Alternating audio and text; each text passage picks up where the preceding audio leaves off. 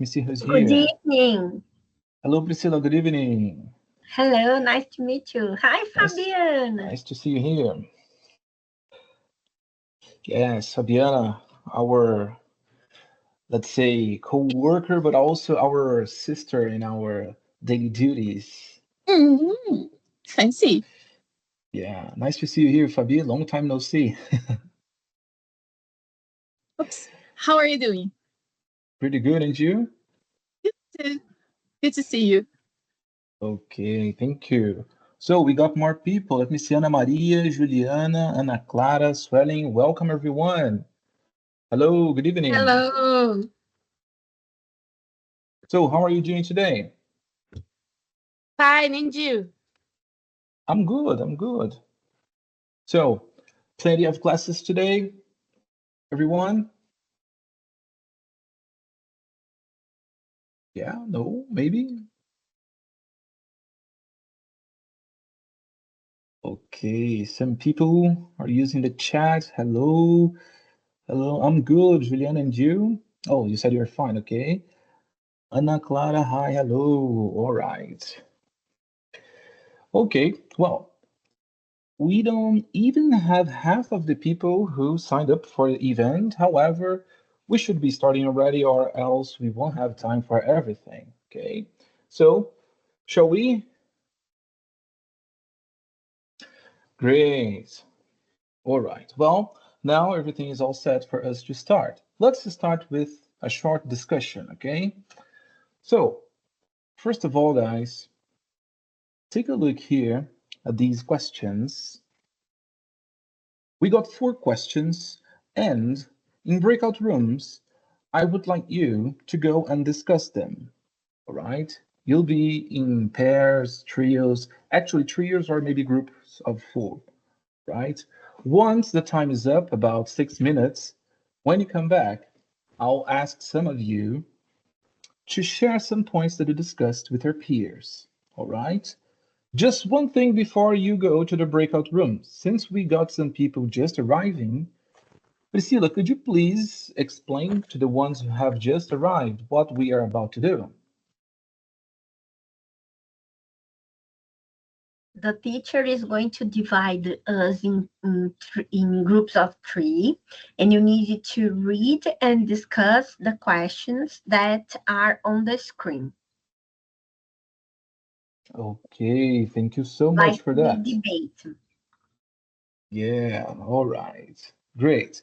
So, don't mind because Teams takes some seconds to, transport you to the breakout rooms, but off you go, all right? Do you have the questions for you to talk about? Yes, Yes. Okay. yes. So let me hear I from you. took a photograph Great. of of questions. What is importance of teaching grammar? That's difficult because grammar is difficult to students, and grammar when we want to teach grammar, we think grammar it takes a long time of our classes, and it is not good. But I think grammar is very important, mainly verbs, um, verb tense. I think if if you want to communicate, it's important to know the verb tense. If you can, if you can, if you want to talk about present actions, you um, can know, you you must know the present tense, the simple present, the present continuous. If you want to talk about actions in the past, you need to know simple past. And I think it's a very important part of grammar.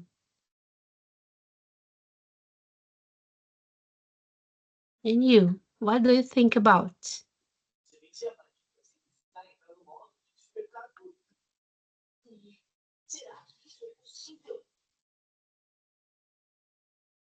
Sibeli, let's hear from you. Share your thoughts with us. So to be honest, I have the same opinion, almost the same. But to be honest, in our school, you don't have the same, not the same time to use the grammar.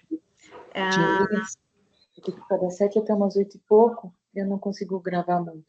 Sorry, I'm hearing something. It's okay, someone had the mic on and I just closed.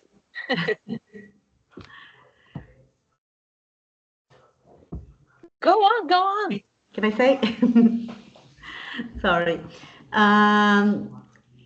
In my grade, I can't to use the same, to use the grammar. Sometimes, for example, in the test, I think 2 days ago, we have the exercise about verb to be.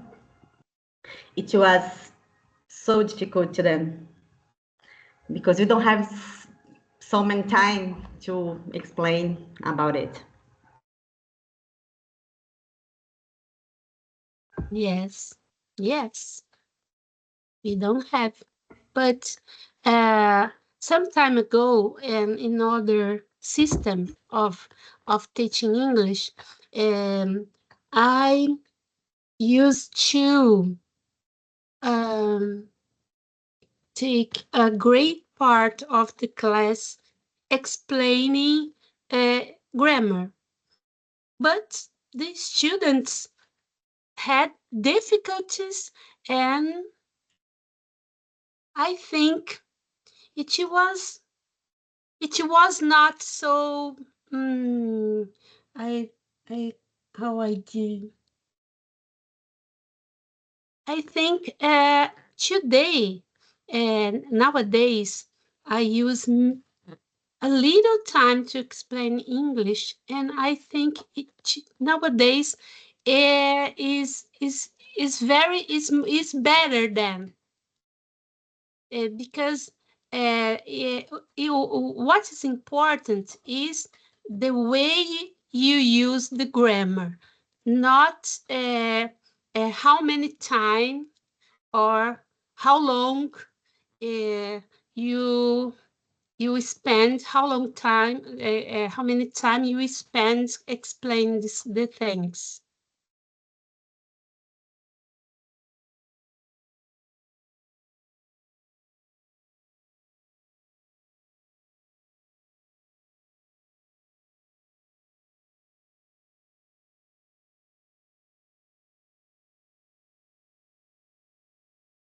My students doesn't like grammar. And nowadays I create games and a kind of activities that they practice grammar without many explanations. I explain a little piece, and I make a game or activity, and they practice the grammar. I think today I know a better way to teach grammar.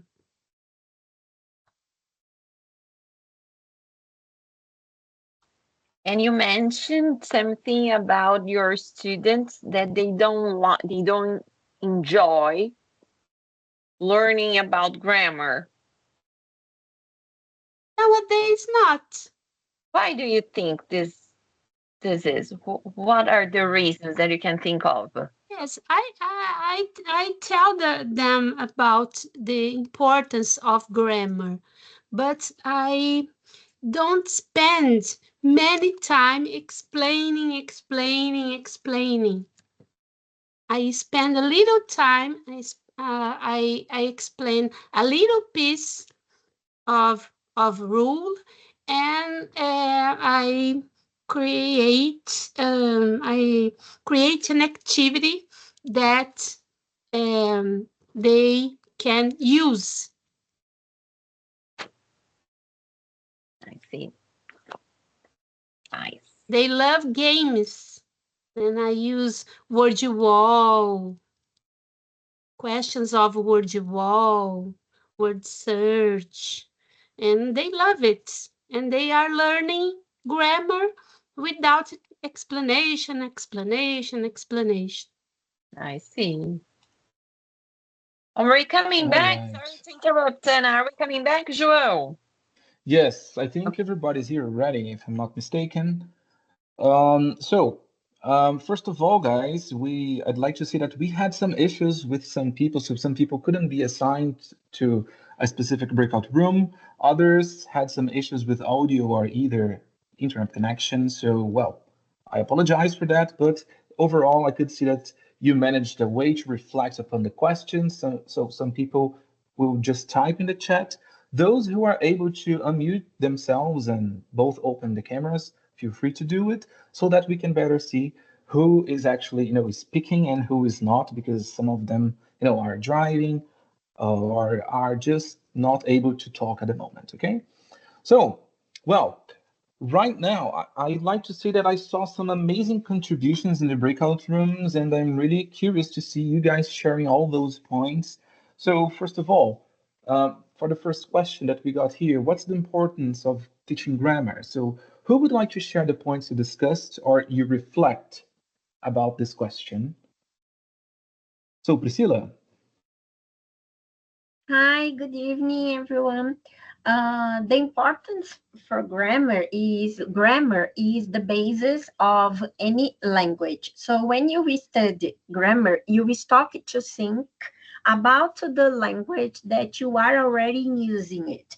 So it is a moment to create consciousness about the logical language structure, in my opinion. Okay, great points, really. Would anybody else, share something regarding this first question, or you would rather go to the next one already? Okay, so for the challenges that we might have you ever had challenges? Have you ever faced challenges when teaching grammar? I dare say somebody will say, no, I've never, or maybe not yet. But, so can we all agree that everybody has already had challenges when teaching grammar? I have already, guys, I'm not gonna lie to you. Yeah? Imagine so. Would anybody like to share any specific challenge when you taught grammar? Some specific point, specific group or student? Yes, I would Okay. like to say something. All right, Good Teodoro. evening. Good evening. Yes, today I was teaching present perfect to my students. They are from 9th grade.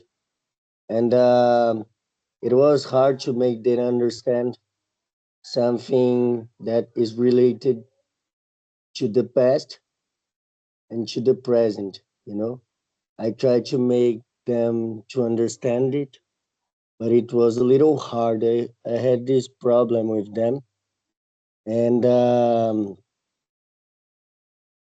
I taught them so slowly. I spoke so slowly, trying to make them understand. And it was a challenge for me, I see. It happened today. It happened today. Wow. So a very fresh story for us. Okay. So, Yeah, all right, a real case, guys, and we can take this case into consideration for something that is about to come here in our session today, okay? So hopefully, Teodoro, by the end of the session, we're gonna have some points that maybe will help specifically for this group and also about present perfect in general. Not only that, but also that. Okay, great. Well, so guys, for the question 3, do you usually focus on grammar-based explanations or you find there are other ways? And which ways? Would anybody like to share some point about it?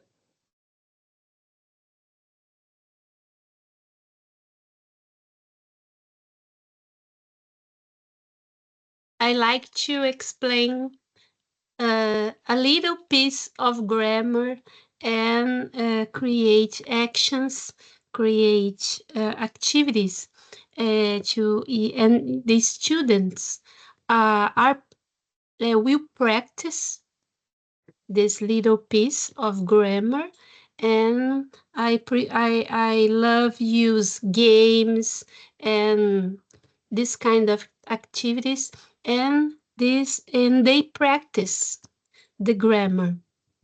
I use this kind of things to nowadays to explain. Okay, interesting.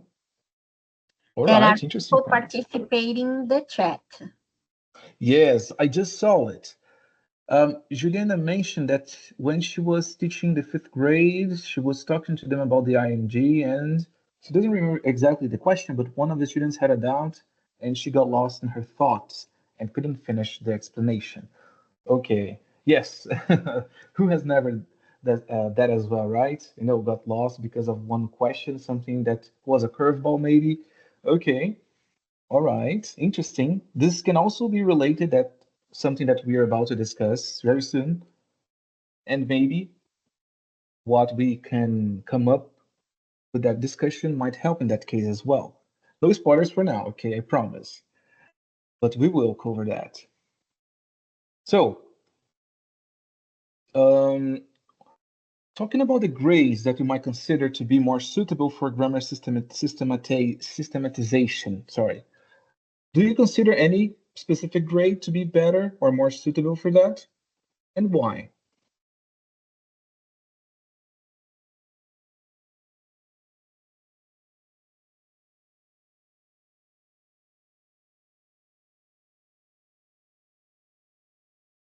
All grades are suitable, no difference, only upper elementary and high school. What do you say?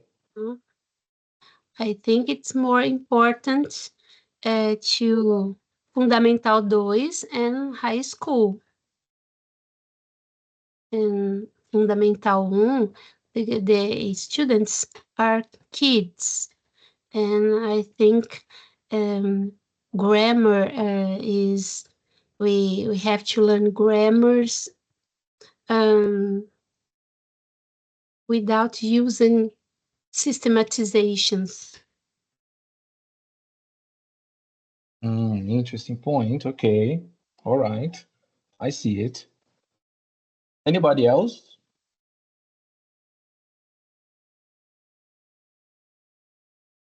Okay, Fernanda just mentioned, let me see. I believe you can always systematize language. Differences on the way you do it. Okay. All right. Definitely a good point to take into account. All right. Well, so just a brief discussion about this comment here. Guys, do you agree with this statement that it is possible to systematize language? Always systematize? Just depends on how you do it?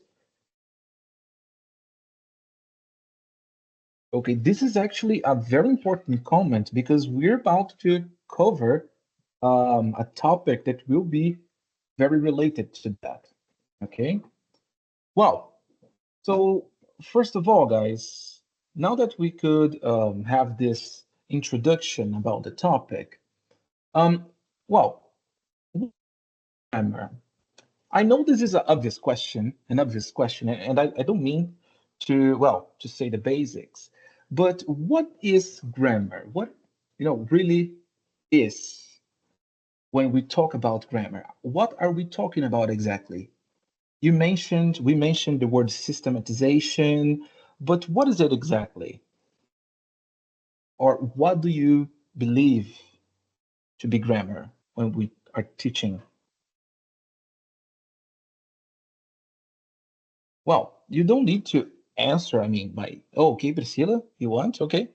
I think it is the logical way we use the language following a logical structure or a meaningful way for the users of that language. And then you register this and consider official. And then you consider official. And we have rules to use this. All right. Okay. Interesting points. Juliana also said something similar to Ana, that maybe the rules of the language like we have in Portuguese. All right. Okay. And Juliana has also a question, which is, how do we introduce or use the grammar with the toddlers? All right. Well, Juliana, do you mind if we answer this question later? Because otherwise I would give spoilers on something that we are about to do in 2 or 3 slides, okay? Do you think we could, just let that question for later? Yes? Okay, thank you so much. Well, guys, in short, you're right. Of course you're right, guys. But there is something that I would like you to, just have a closer look, which is the definition of the word grammar. So it's the study or use of the rules about how words change their form and combine with other words to make sentences. So, in short, we're not talking about one word, we're not talking about one structure, but the study and the use. Once we also have that in mind, this is the beginning that paves the way for us, maybe to start thinking differently when we are teaching grammar to students, because sometimes we just think about the rule. You cannot do this, you have to use it this way, do that. Okay, that is not wrong, but we could go further.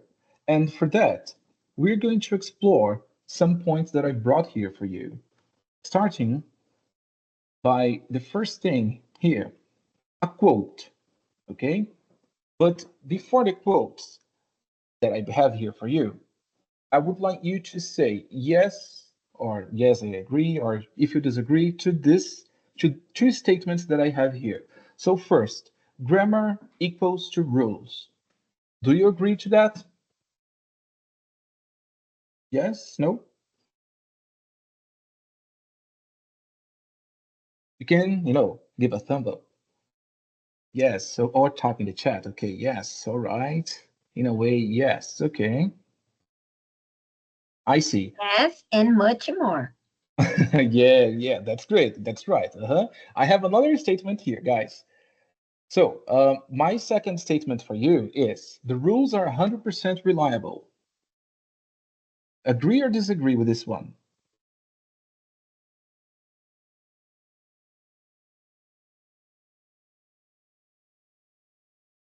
Maybe not 100%, but most part of the time, because the language is a living organism. It is changing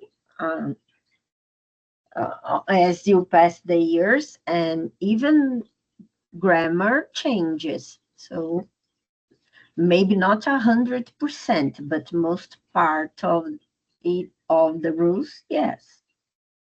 All right. Okay. Okay. Interesting points. Some people said in the chat that they disagree. Fernanda mentioned she disagrees because there are exceptions to every rule.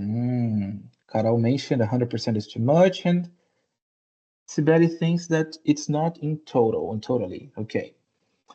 All right. I think Anna? I have one point.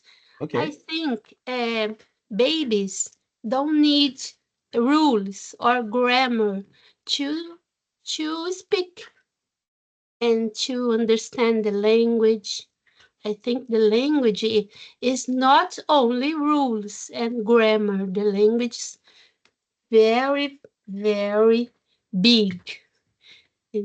And I think kids speak English without no rules or grammar. I think it's an important point. Grammar is important, but people don't need grammar to speak English. Okay, all right, interesting At point. least when we are children. Okay. But Well, babies also copy and try to reproduce. They actually don't have consciousness of producing the language. They copy more than actually produce. I agree with Fernanda Machado. Babies do need the rules, but they are just unaware of them. Yeah. okay, interesting point. Well, but all right, this question would be for later, but let me anticipate it.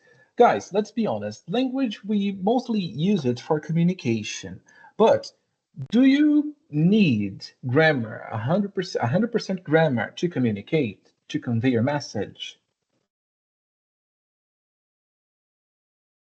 Do you have to be totally accurate to convey your message?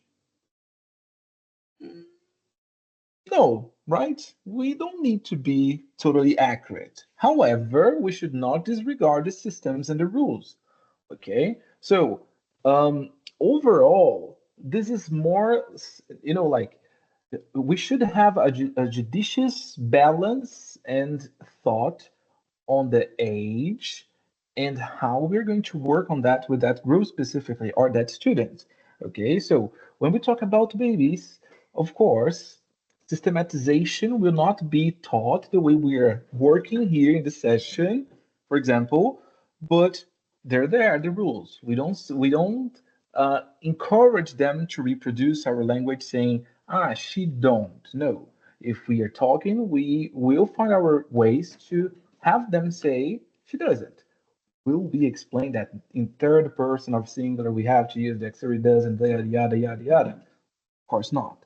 Okay, but we're going to cover some topics here that we will go encountering this point as well. Okay, but nice discussion so far, guys. Really, everything you said is really important, and I brought these two statements here for you to disagree or maybe agree, because there is a quote from Scott Thumberry. I really would like you to, grasp the idea of it. I would like a volunteer to read this, quote.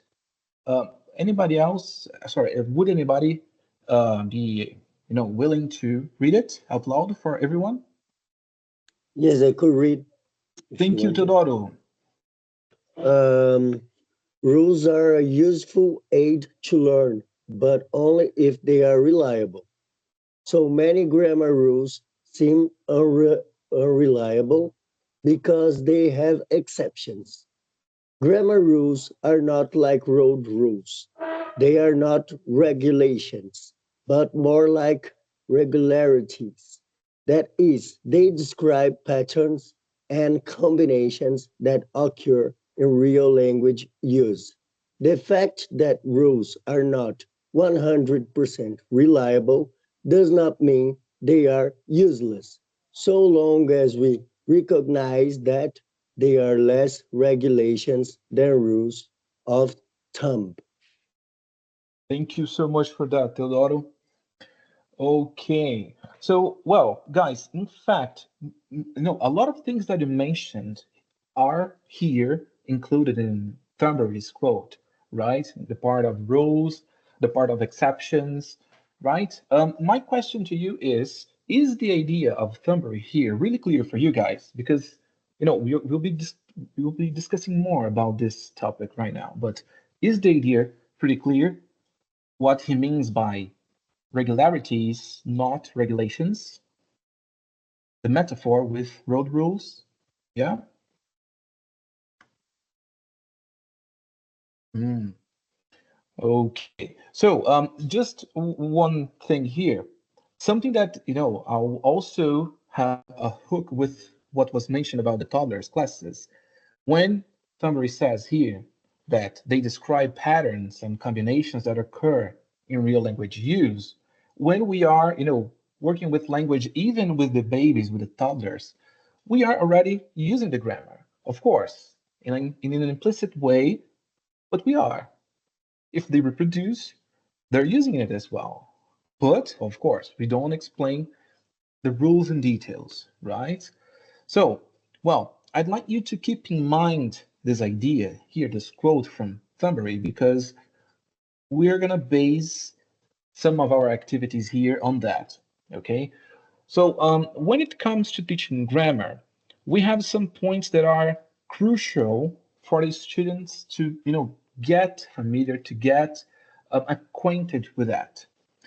What I mean by this is I have here some important and I consider core aspects that we should grab and bring to our grammar classes. The first one would be contextualization. Okay, so Anna, could you please read what we got in this chart, in this slide, please? Every grammar topic can be associated to some real-life context or situation.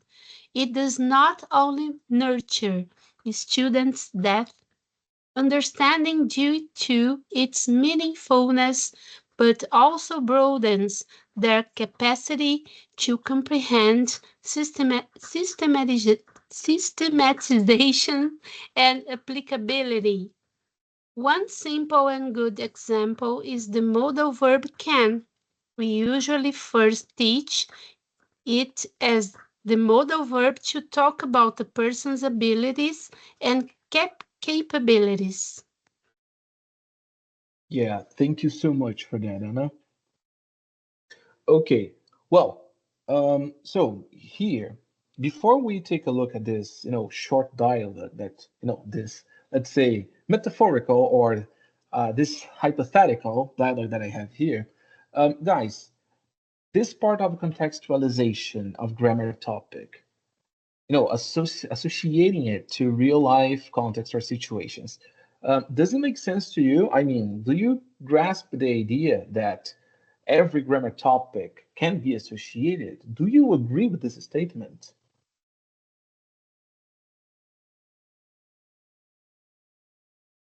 Feel free to disagree, guys. No problems at all.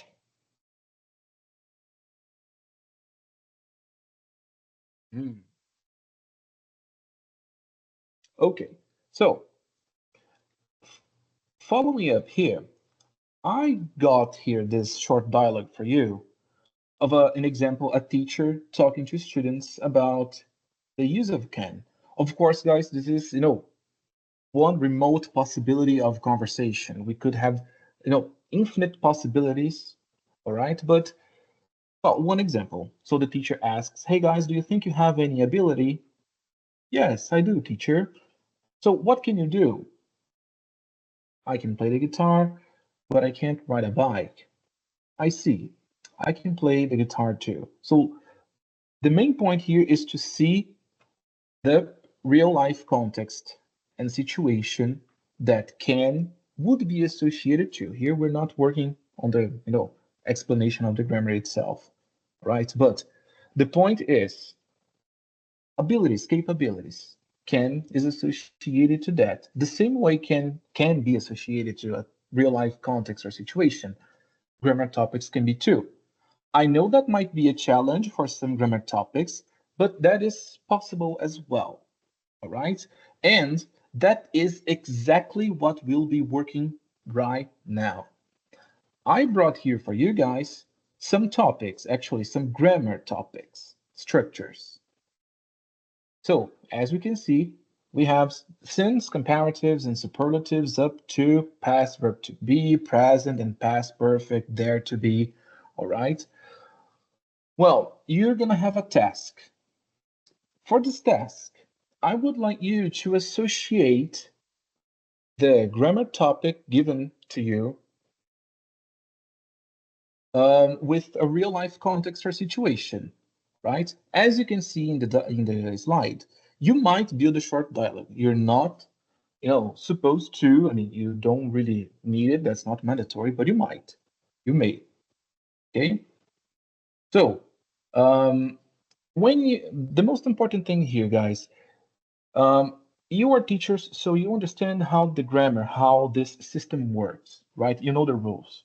But think of the sentences that you use with these, grammar topics here. What are they talking about? What is the context? What is the situation that these sentences are mentioned? Think about it in groups, in breakout rooms, find the context for the grammar topic given to you. All right? First of all, Tamara, could you please help me organizing the breakout rooms? So,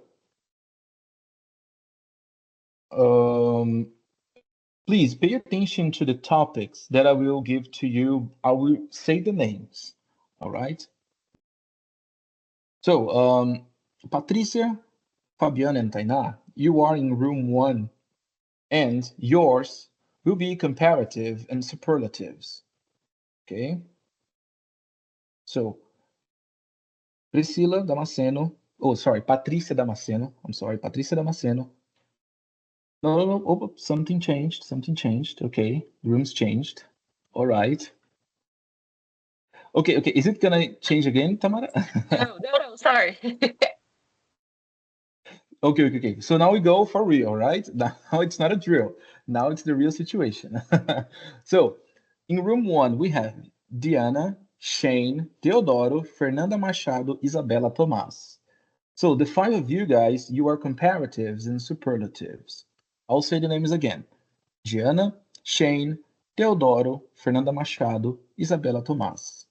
Room 1, comparatives and superlatives. Find the context for that. In room 2, we have Juliana, Fabiana, Lara de Lima, Vanessa, Luciana Freire. Right? Juliana Sais, Fabiana, Lara de Lima, Vanessa, Luciana Freire. Yours will be countable and uncountable nouns. Okay? That's yours. I'll follow the order here, guys. Okay, no problem. The ones I know that some of you guys cannot talk, so you can write, no problem. Okay. Room 3. It's okay, Shane, don't you worry.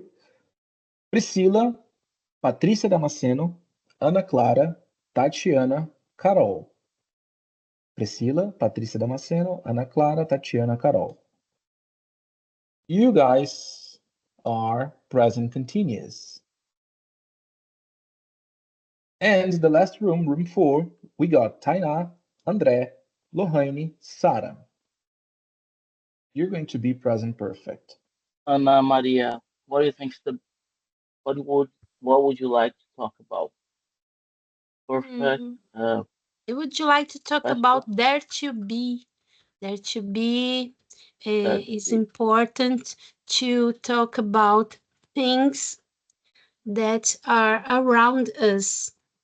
Count things, okay? And to my students, I explain dare to be, I use dare to be to talk about our classroom. For example, is there a computer in the classroom?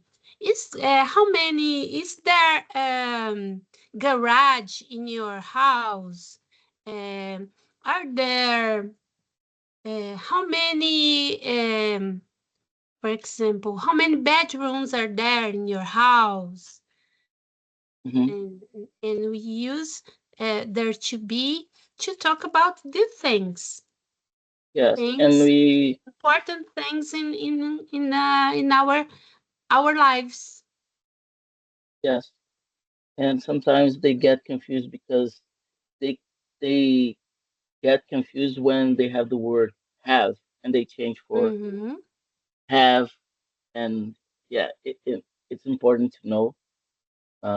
So how do you think it's the best way to introduce this to the students? We're talking about grammar, but how can we best teach this subject so they can uh, understand how it works? You understand my question? Yes. I explain them that have is you use to talk about things your own, your owner. For example, my dog. I have a dog. I have a game. I have a house. Okay, you have things, and there to be is the verb you use to talk about things that exists, not things that are your. There belongs to you. Yes. I when I explain this subject, sometimes I draw a person and I put the around the things you can have, right? So I have a pen, I have a house, and I put this because I'm working with kids. And then when I'm explaining about the to be there, uh, I usually use some things that, for example, I use trees, I use something is not mine. So they understand pretty well. But I think the most important here is, as we're talking in the beginning, is giving them the context of the situation more than only uh, explaining the grammar itself. That's how I think. Like, so, and you guys, would you like to add something? João, Amara, uh, Sibeli, more, Diana. Would you like to say something here?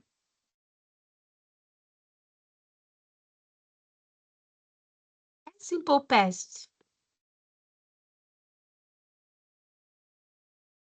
How you teach? How do you teach simple past? Simple past. Hmm.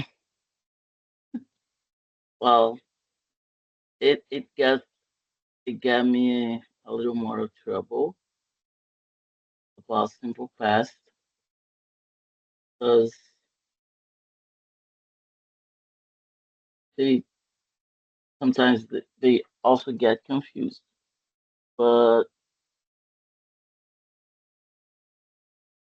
I really try to use um, the context, right? That's actually is how I try to teach my students. I don't know how to say this, but that's how I do. So how about you? How do you?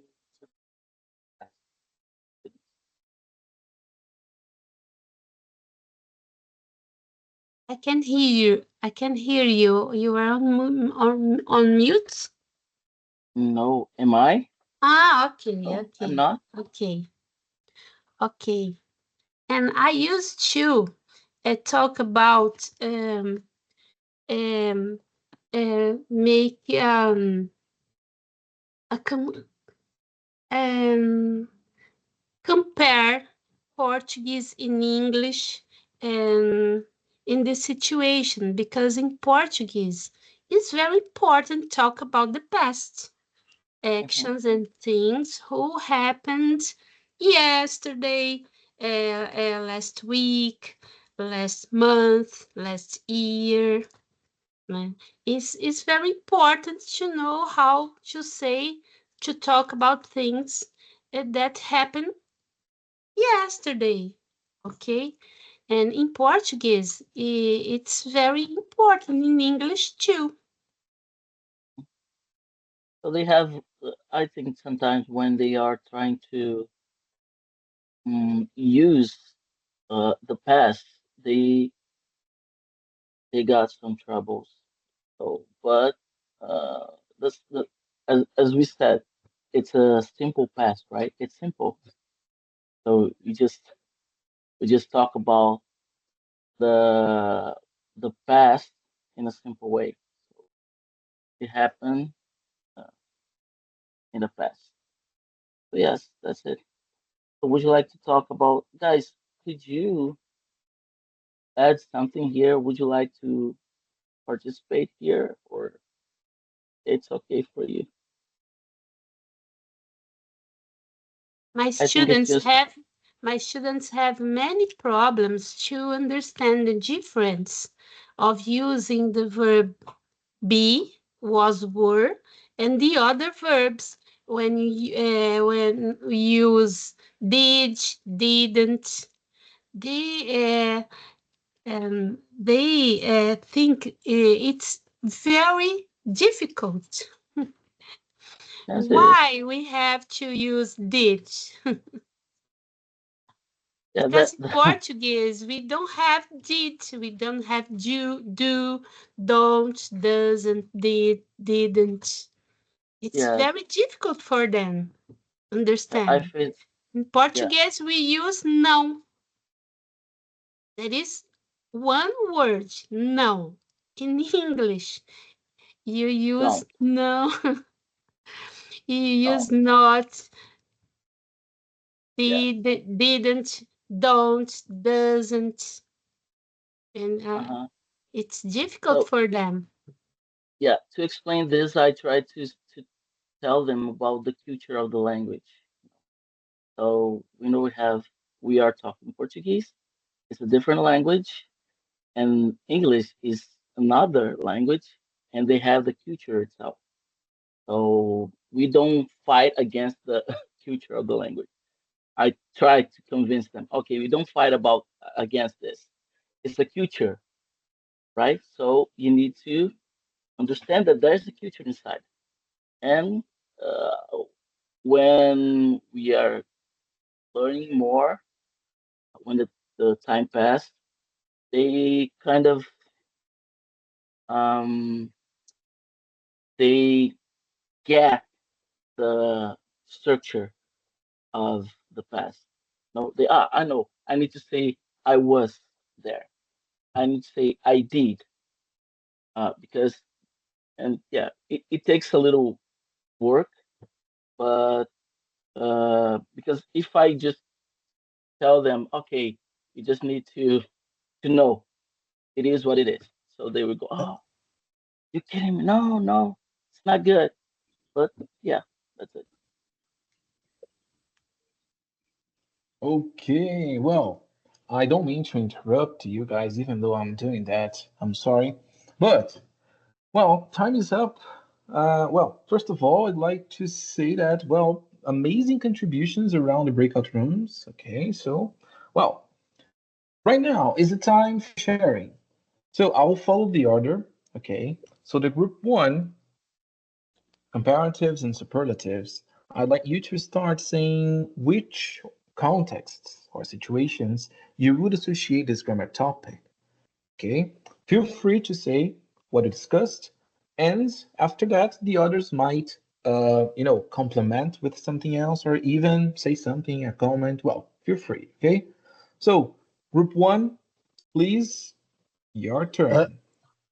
so we thought about teaching comparatives and superlatives for different ages.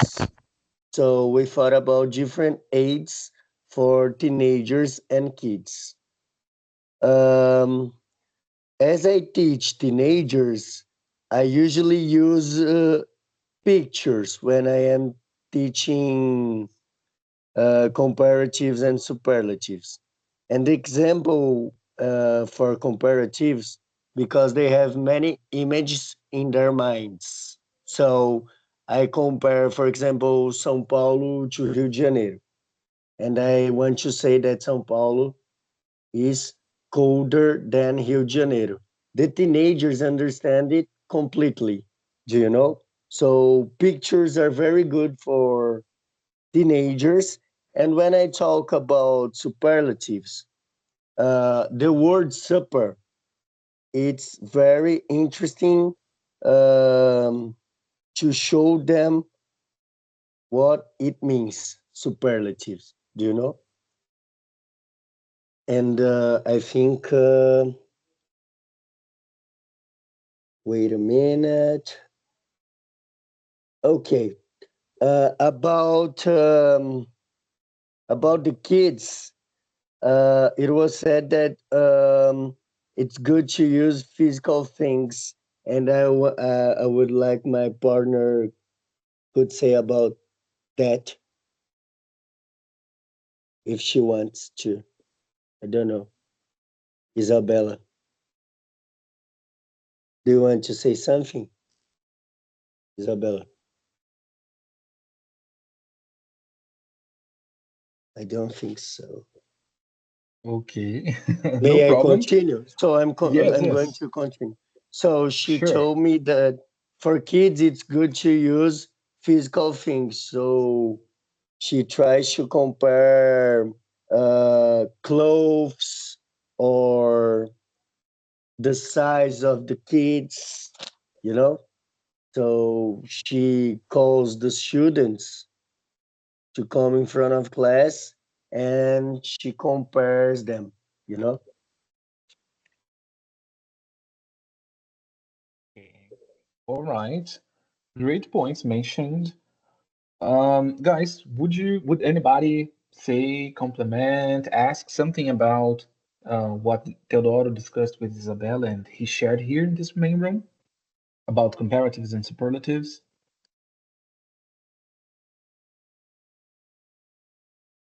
My teenagers love compare their friends.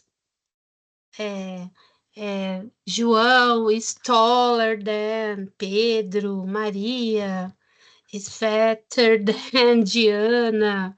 Then they like this. I totally agree.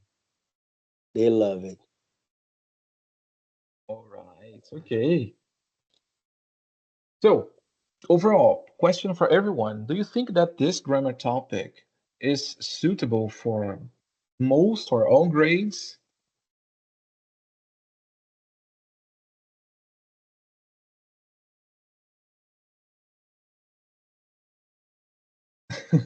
I can see some scary, some scared faces, not scary, sorry, scared faces on the cameras. Well, guys, um, in fact, even toddlers, do you think that is it possible to work with these structures with them? If pick up a toy and say, oh, this one is bigger than that one. That one is smaller, is larger. Is it going to Yes. work? There is, sorry, can I talk? Yes, Yeah. sure, Lohane. I think, for example, when the students are learning about tall, little, short, big, with animals, for example, I think we can use this kind of vocabulary. It's not necessary to explain exactly how it works, but to start to give a context for them. Oh, which one is bigger? Which one do you think it's bigger? This is big and this is small, it's smaller. So they can understand in their manner, in that way, their ways, but they can understand. Great. Very, very good example, Lohane. And we can see, guys, that grammar is being used, not grammar-based explanations, but grammar is being used.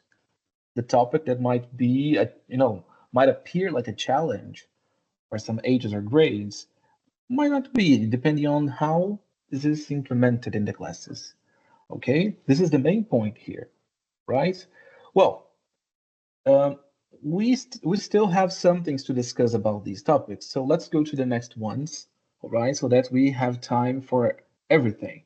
Okay, so the group and uh, you know, actually, I can see here that some people are missing, but well, so the group two, countable and uncountable nouns. Could you please share what you discussed for this one?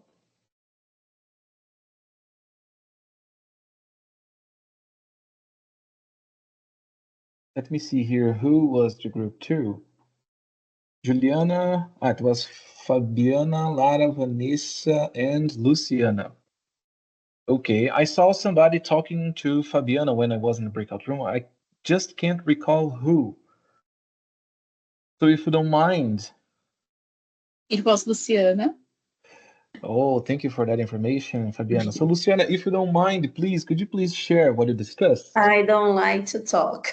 Sorry. Oh, okay. We were discussing about put the kids at the like the school, cafeteria, supermarket, a toy store, places where they could count things and pay for them. There are a lot of places that they would like to be, and with a lot of possibilities to do that. Parks. Okay. All right, amazing point. Thank you for sharing. Really. Okay, really good. So, well, amazing context mentioned. Wow, guys, and as Luciana mentioned, we could explore even more to more places. Would anybody say something, compliment, ask something about this topic, about what Luciana mentioned that she discussed in the room? No? Okay. In fact, guys, what she just said, the main core thing about the situations that people can count to use this grammar topic is really what matters here, because the places, as she said, could be plenty of possibilities. The main point is how we can introduce that into the conversation, into the topic. Okay, so of course, on that, you should be careful both with the grade and group, of course, the age, okay, because if you, I don't know, if you're talking to a lower elementary group and you're talking about maybe guys, when you have to count, when you have to calculate in the spreadsheets to give to your boss the quantity of something multiplied by, it's over. Okay, they don't do that. That doesn't make sense to their reality. What I mean is, must be meaningful, matchable to their reality. Okay, that's the main point. So, great point here. Well, let's go now to the present continuous. It was the group 3. The group 3 was Priscila, Patrícia, Ana Clara, Tatiana, and Carol. Yes, Ana Clara asked me to be the group voice. And I make a question, does everybody agree? But nobody said if agree or not. But I can tell. We talk about the present continuous. I gave the idea of a picture that describes everything that this person is doing at the moment. That she's getting to the class. So I am, hi, hello guys, I am getting to the class, I am going to my table, I am talking to you and teaching you present continuous. And you, what are you doing now, for example? And then another teacher said, you can put a picture and say, who's Peter? Peter is walking the dog. So you work with pictures and sentences to describe what the person is doing. And then another person said, miming game. Miming game, you see that someone, what is she doing? She's singing. That is amazing too. Memory games, when you put a picture in a sentence, or when you put a verb in the base form and the transformation of this verb with ing. And if you do the memory game, in the end, you can ask the students to explain the changes that happens in the base form of the verbs when you put ing. The transformation. That is cool too. Okay. Table, right? For example, go, and then you make another table. Going, present, goes, past, went. You make the table, and then you put it on the wall. And in the test period, you take all the charts from the wall for the students not to cheat on test. Okay, well, amazing, practices you mentioned here, really fun and nice activities. But I have an honest question, real honest question. I mean, all the practices that you mentioned are brilliant. I would use all of them if I could. But what would be the subject of the conversation that I would start with the students to bring these activities to the classroom? I mean, the Well, topic of the conversation. the idea of the present continuous is what you are doing in the moment of the action, right? So Mhm. when you start talking to them using the ing, you are demonstrating practice the topic. For example, a teacher that say, hello, I am walking to my table now, I am getting the marker because I am going to teach. You are doing that, right? And Mm. it's interesting. Okay, all right, I Yes, see. and you can use the games to make a review. Guys, today we are going to review present continuous. Do you remember the rules of ing? Okay, so but we are going to remember using a game. So let's play the game. Okay, what happens to this verb when you put ing? Why? This is cool too. Actually, I like to do this because I work with senior high school. So most part of the time tenses are being reviewing. So it's interesting to use the games. Okay. Yes, gamification is one of the best resources we could rely on, to propose engagement to the classes. For sure. Mhm. Amazing points you mentioned. Thank you so much for that, Priscilla. Oh, yeah. Well, we're going now to the present perfect group, the group 4. It was Lohane and André. So I'm curious to hear what you guys have to say about it.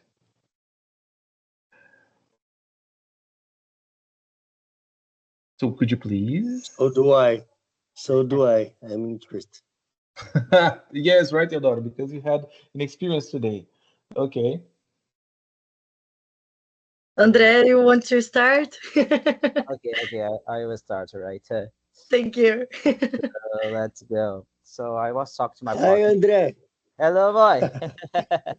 I saw you today, right? So I was talking to my partner that I used to hate present perfect because I came across a lot of situations in teaching present perfect. I don't know why. I think when you don't know how to explain present perfect, I think the thing don't go right. So you need to make something different to see how it works, all right? But I was talking to her and like we were talking that present perfect is very important to uh, like ongoing actions. For example, I was born in Rio de Janeiro. I was born in Rio de Janeiro, but I have lived in São Paulo for a long time. Like I want to say a situation that happened in the past, and now it happened another situation that I'm here now in São Paulo. So to exchange experiences as well. So, for example, I have lived in France. So I believe it's very important to show to the students how to create a dialogue.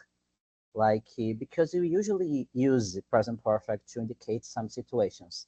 So I have been playing soccer, an example, when I was a kid, and I still play it.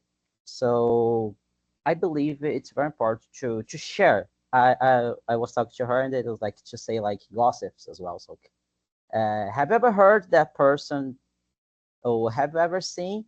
So we usually use the present perfect to indicate this kind of situation. So I believe it is very important, as I told you.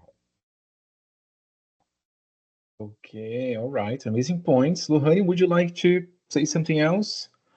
Oh, as André said, it's very important to talk about experiences that we had. So, in a school context, we can ask about the students. For example, have you ever traveled to Japan? Have you ever traveled to another country?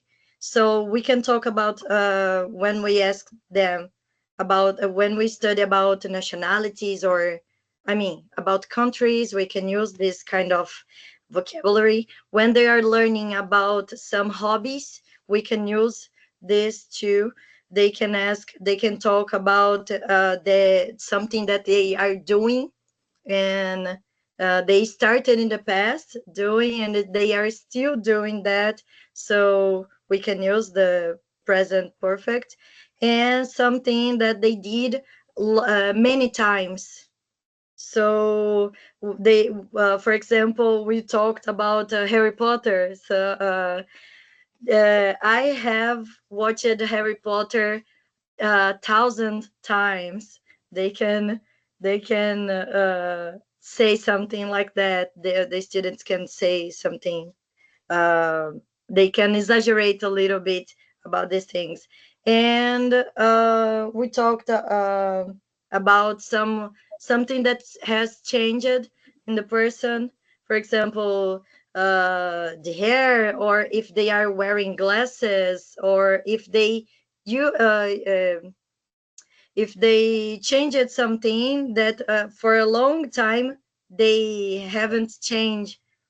For example, the glasses. They are using glasses now, but in the past they used glasses. So I haven't wore glasses for a long time. So I think it's this kind of context we can use. Okay. All right, all right. Well, first of all, amazing contributions here. And well, let's be honest that you got one of the most challenging topics here because present perfect has lots of variations. Yeah. Can Both be of us used. hate hate present perfect. It's so hard to explain, so hard to find examples. Yeah, for sure. It has, a lot of variations, can be used in, a lot of contexts as well. What I would, recommend in the sense of present perfect, guys, is first of all, when we think about the context, is what you mentioned a lot about like life experiences, recent, events, for example, and something interesting that Andrea mentioned about creating dialogues. Um, Try to split two aspects in two different parts of the class. One, the presentation would be which would be the context, is the topic you're talking about. So when you have questions like, oh, have you ever traveled abroad? Not yet. Where would you go? What haven't you done that you would like to? Something like this. This is the topic. You're not exactly consolidating the system here, but you are presenting. This is the topic of the conversation. This is the context. One of the contexts possible for a present perfect. When you are consolidating, when you are working with them, the grammar, I mean, the rules, then you have a different perspective. So one example is, um, you can say, you are creating a dialogue. So one guy says, oh, I've been to Europe. When was that? 2 years ago. This is a simple dialogue, and here you have a high contrast of simple past and present perfect. So this is one of the ways you can consolidate the grammar, the rule. So what I mean here, guys, I'm not sure if that was so clear, is uh, always try to think that first, the context, the topic of the conversation, what you'll be talking about, and then how you manage to consolidate that. And this is something that we are going to see right after this slide. Okay, so, well, amazing examples you gave here. I'd like to ask if somebody would like to say another context of present perfect. And of course, we're not covering all of them because that would be too much, but would anybody like to say something else about it?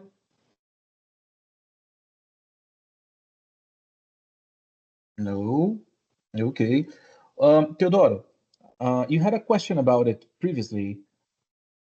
What they mentioned, elucidated more about this grammar topic? This short discussion? Would you like to ask something regarding it? No, because the examples they had were important. I took some notes about it. to use with my students. I am still teaching them present perfect. So my notes will help me with this situation. That's it. All right. Thank you, Tadoro. So now we got Thank you so to much. we got to the last group, group 5. I don't recall everybody, but I remember it was Sibeli, Ana Maria, Junior. You were discussing here in the main room about Dare to Be. So, well, now you can, share your points, what I discussed.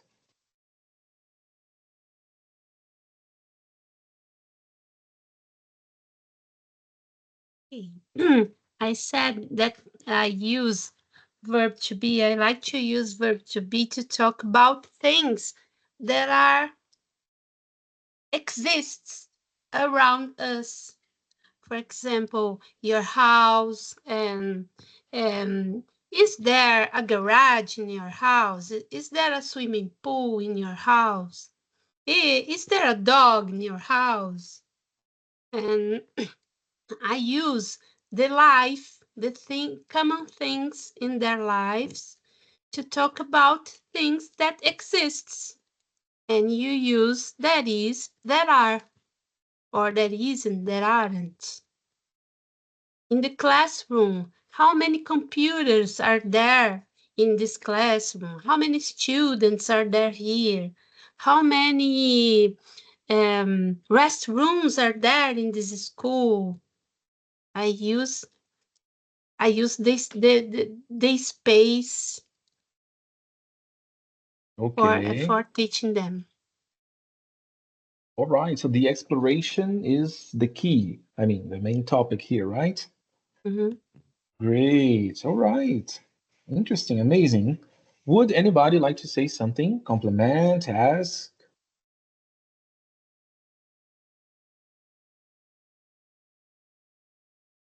I think that's a no, All right. right? I go. Oh, Lohane. Okay. Yeah, sorry. No, it's fine. Fourth grade is learning about parts of the school. We're learning about parts of the school. And we were talking about there is, there are, and have. And I think that it was very important what Anna said about exists, because it's something that I mention a lot for them. Because they always say, oh, in the school have 5 classrooms, and I always say, guys, exist, so use there are. And they sometimes they switch there is with there are, so it's always good to remind them about singular and plural in this case. We always talk about the content, the quantity, about the students, about objects in the classroom, and I think they are getting the idea, because they have this. I don't know if we can say if I can say a habit to use have instead there is, there are. All right. I dare say that every teacher here, I include myself to this as well, has already seen a student saying that due to literal translation, because in Portuguese, we use it. So when they think that in English, they associate, oh, it's the same way. Actually, it's not, but well, we've all seen that happen before, right? So, well, thank you so much for that, Lohane. And in fact, I agree with the context mentioned here, guys. And one thing that is very important that both Anna and Lohani mentioned, but this is for all the topics, is something that makes sense to their real life, something that is tangible for them. So the context that we use, guys, must be, let's say accessible in terms of understanding, in terms of interpreting, right? So um, depending on the situation, the group, we have to adapt sometimes, but mostly the context is what will make it meaningful for them. Once something is meaningful, it makes more sense, is more tangible, so they have a more, let's say, acquiring atmosphere with the topic. All right. Well, one point that is important and is totally associated with the contextualization, guys, is the clarification. Okay, so that's what I said, for example, that to André and Lohane, and I encourage you guys to try, at least try out, having the steps for the context, which is the introduction, the presentation, and one stage for the clarification. So here, let me see. Lohane, could you please read this, statement in the chart of this slide? Since the beginning? Yes, From the beginning? please. Yeah. When consolidating students' understanding over a grammar topic, consider not lecturing, but using some strategies to check, like CCQs. You should also keep in mind that grammar is a system that works mostly on morphology and syntax. You should both check if they really understood when, intention, topic, subject, context, etc., and how, form, conjugation, form, morphology, change, prepositions, etc. Example. So, if you want to ask about my abilities in sport, how can you do that? And can I say, do you can? What do you say if you don't have the ability to do something? Reminder, students' answer may vary, so be prepared to respond to all interactions using assumptions based on your previous background knowledge with the group. Okay, thank you so much for that, Lohane. All right, so guys, this is the second stage that I mentioned before, the clarification. So once the students are talking about a topic, they had the grammar presented, the clarification is what will consolidate, they understood, and they are able to use it to replicate, reproduce, and produce as well, right? Let's go by parts. I put here about CCQs. Do you guys know what CCQs are? Yes, could you please say it, Luhay? CTQs are the questions that we make for the students to make sure if they understood what we already explained. So if we are doing some activity about color, the objects according to the audio. So we need to ask, guys, you choose the color, yes or no? Yes, no. Should I color with red? I don't know, the butterfly with red? No. So we need to make sure if the students understood the idea of the activity. So we make questions, not just asking, did you understand, students? No, we provoke them with some questions. Okay, all right. So, yes, basically, let me just explain the abbreviation that we got here. It stands for concept checking questions. And let me just, bring a parenthesis here to what Lohane mentioned. Lohane, you brought here something related, which is ICQs, instruction checking questions. So that one, we check the instructions we gave, which is totally fine what you said. And here we are checking as well, but the concept. What is the concept? The grammar topic, what we have just introduced with them. Okay, so um, I put here in the examples some examples of checking questions. And guys, there's no way, no rule about checking questions. There are possibilities. We could create infinite possibilities of checking questions. But I brought here some regarding the can, the modal verb that was in the contextualization slide. All right.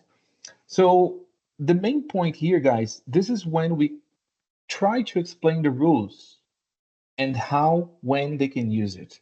So in the first question, if you want to ask about my abilities in sports, how can you do that? So this is implied the context of the conversation. So when you're talking about it, you want to ask, how can you do that? Students will answer, you react to that response. And can I say do you can? Here, I'm not working on the meaning. I'm working on the form, the rule itself. This is the grammar point here. What do you say if you don't have the ability to do something? Here is both. The intention to say negatively that the person doesn't have the ability, plus you would check if the student has the knowledge to say cannot or can't. Okay, so here, guys, this is my strong recommendation for you, going for questions instead of speaking too much. So, guys, you have to use this and that. When you're talking like this, you have to use this guy here. No, once you had the moment for the context, a conversation about a topic, for the clarification, ask questions. Sometimes you will need to talk less than you could ever imagine. You could contribute so much with that. Okay, and I put a reminder here that, I mean, you create the questions, but you cannot totally predict the answers. But you should try, because the assumptions that you have will be based on what you know from the group, based on the previous lessons. So if you think that a student will maybe struggle in some point, you should have a counter argument for that. So that's what I mean by this reminder. Try to be prepared, take into account all the students, all the variations, all they could ask you or have difficulties, so that you don't have a curveball. And if you do, you know how to get away. Okay, that's the main point. All right. So, well, I know we are short of time, actually out, but there is one more important point that I would like you guys to, have a look.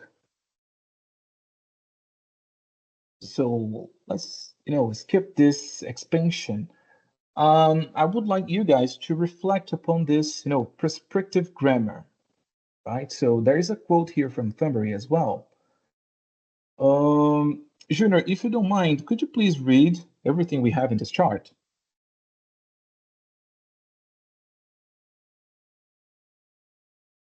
You're muted, Junior.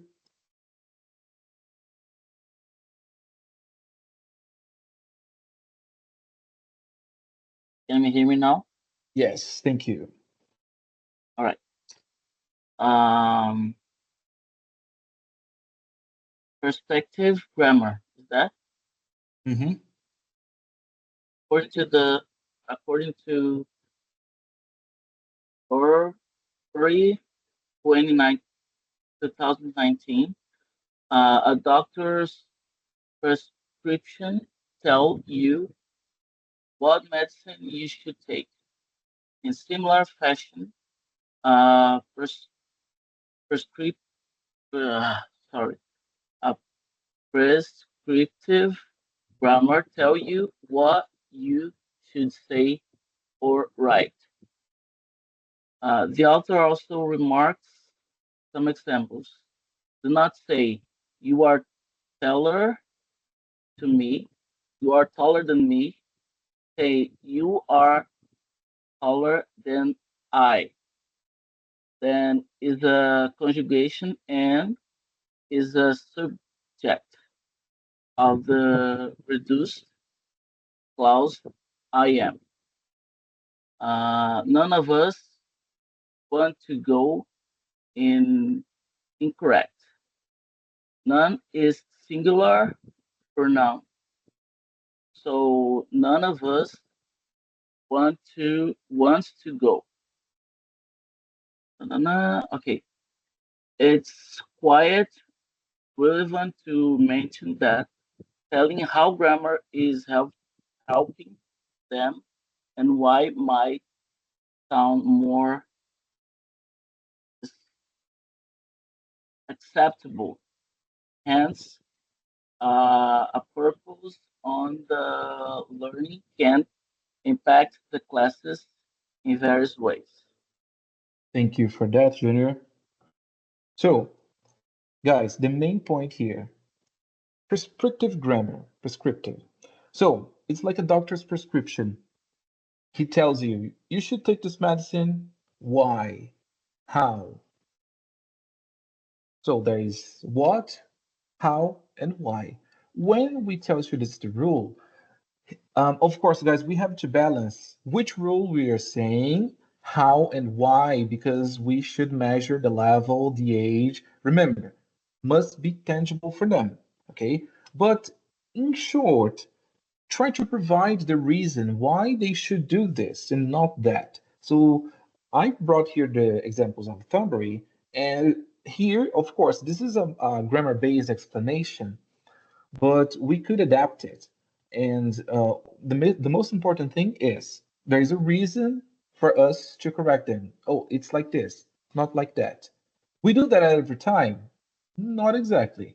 Maybe, maybe not. But the main point is when we tell them what to do, guys, if possible, try to say how and why. Don't tell them, oh, this is incorrect. No, say, use this instead of that. Why? Because there is, this is not in agreement with that. If you think the grammatical explanation will be too much for them, keep it for you. You can say, oh, this word wouldn't fit here. You can find another explanation, another way, but this is crucial, the reason, all right? So, there is just one last thing I'd like you guys to have here, which is this food for thought from Penny okay? Do we have any volunteer to read this quote? I could read. Thank you, Todoro. I'm definitely in favor of teaching grammar in most classes. The problem is how to do it effectively so that it doesn't take up too much time, doesn't become boring, and helps students use the grammatical features to express themselves. All right, thank you for that, Todoro. So, guys, as a conclusion, well, we could talk about the context, the clarification, and imagine these two aspects as a prescription, plus with a reason for that. And I brought here this quote from Penny because teaching grammar is no easy task. We know that, but should not be disregarded as well.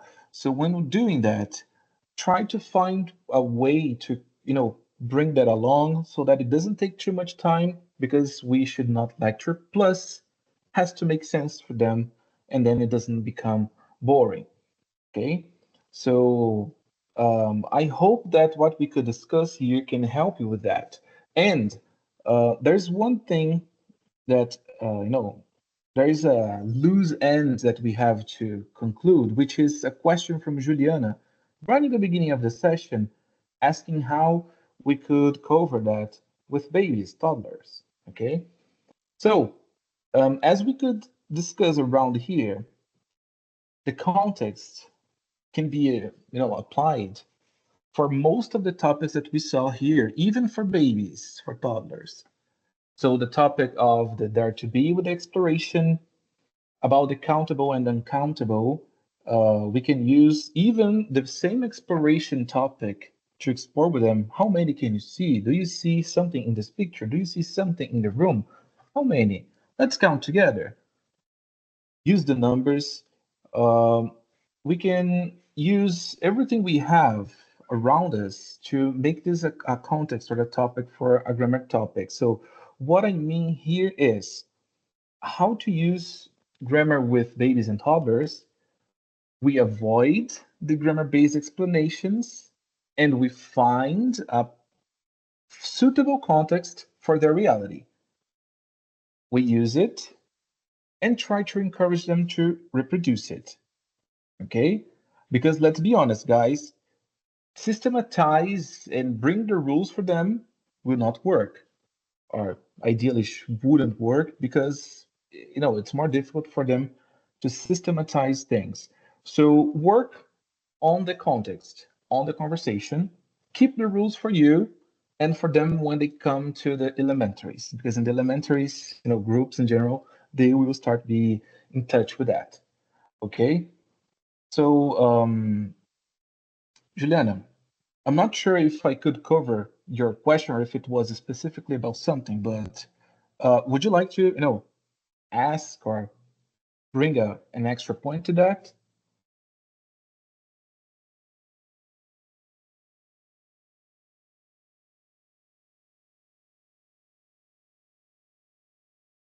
Well, I don't think she's she's in the. Let me see. Ah, no, she is. She is. She is. Okay. Well, in case he didn't, before we close up, you will say something in the chat. We come back again. The others, guys, would you like to ask anything? I know we had more to cover and we could expand this topic for the whole night if we had time. But would you like to ask something that was not covered or it's a loose end?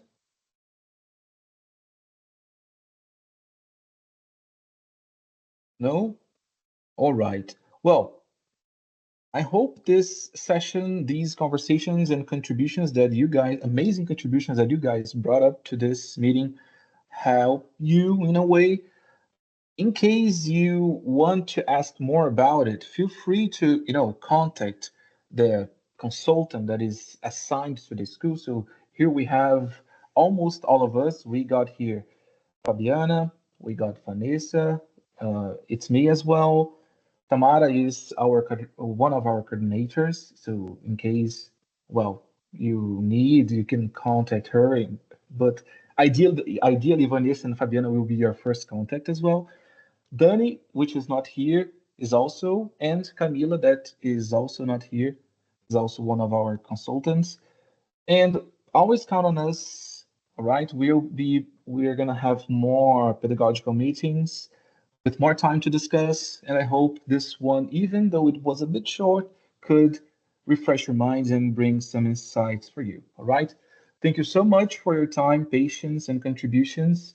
I hope you have an amazing night, a great week, and back to classes where you rock. Thank you so much, guys.